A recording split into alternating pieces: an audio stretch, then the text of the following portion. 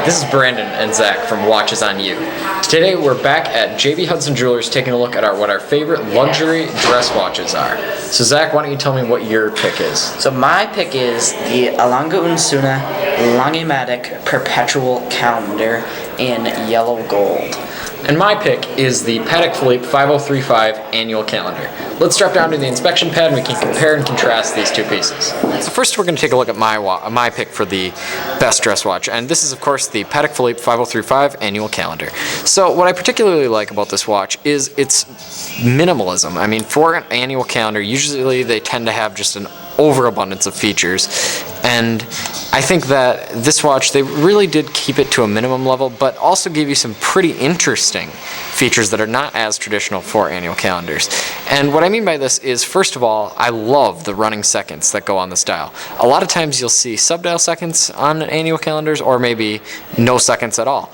And I really like this feature. It's very fun to see just the beautifully smooth moving seconds hand. And for those of you that don't know what an annual calendar is, it is capable of tracking the number of days in a month other than months with the amount of days that aren't 30 or 31. So basically February it doesn't work for. But it still is a very functional watch for most of the year. It is not like a perpetual calendar, which is capable of tracking leap years, but I still love how this watch combined, it actually has a lot of value too. I mean, this watch is on sale here at JB Hudson pre-owned for $26,000, as opposed to the perpetual calendars, which tend to be more than north of $40,000. And yeah, that's why I really think that this provides a lot of value for the complications you're getting. And the other main thing that I really love about this watch is, of course, the beautifully finished case back, or clear case back, and you can see the beautifully finished movement.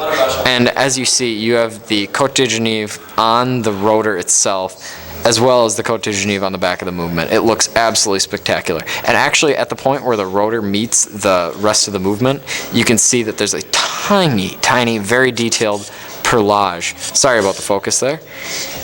I'll get that situated. All right, sorry about that. And I really think they put a lot of effort, like Patek does in all their pieces, to be honest, on most of their watches.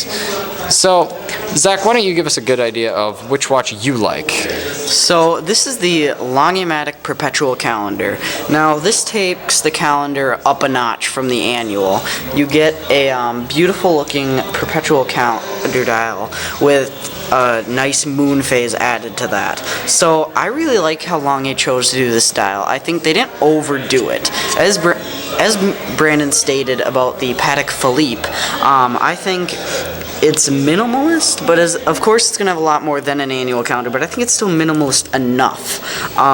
There isn't much else going on. There's not an added chronograph function. It's a perpetual calendar, and I really like how they took the use of putting kind of two subdials in one, which is noticed at the 9 o'clock subdial, where on the inside you have a 24-hour day-night indicator, and then on the outside you have your day of the week.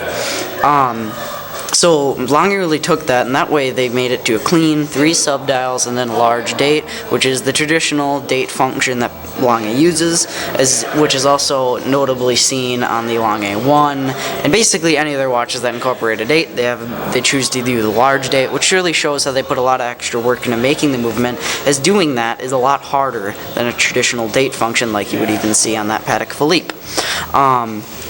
So now this being a perpetual calendar, of course, it will track leap years, so that way you will never have to reset this, even for February. You really have to reset this watch every 100 years, so that makes it a non-issue. Moving on to the not the bracelet. This watch indeed has a alligator leather strap.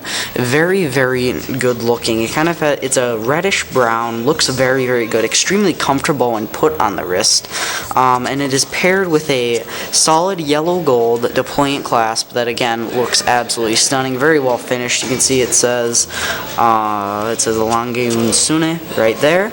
Now we're moving on to the case back. So the case back shows this Longe's extremely well finished movement. I mean, you can really see a lot of different finishing aspects. You have a hand engraved swan neck regulator by the balance wheel, and then you have a Sorry, but I got a little catch in my throat.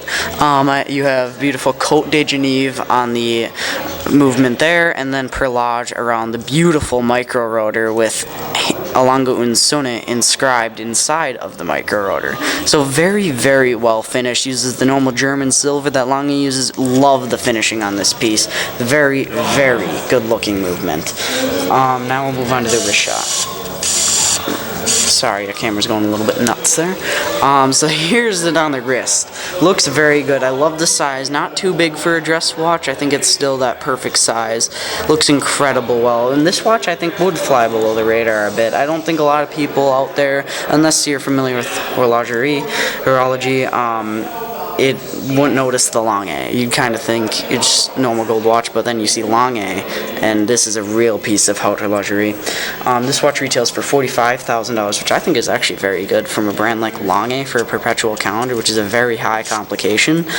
Actually provides pretty good value for the money. So yeah, so this is my favorite piece. Now we'll just kind of do closing comments.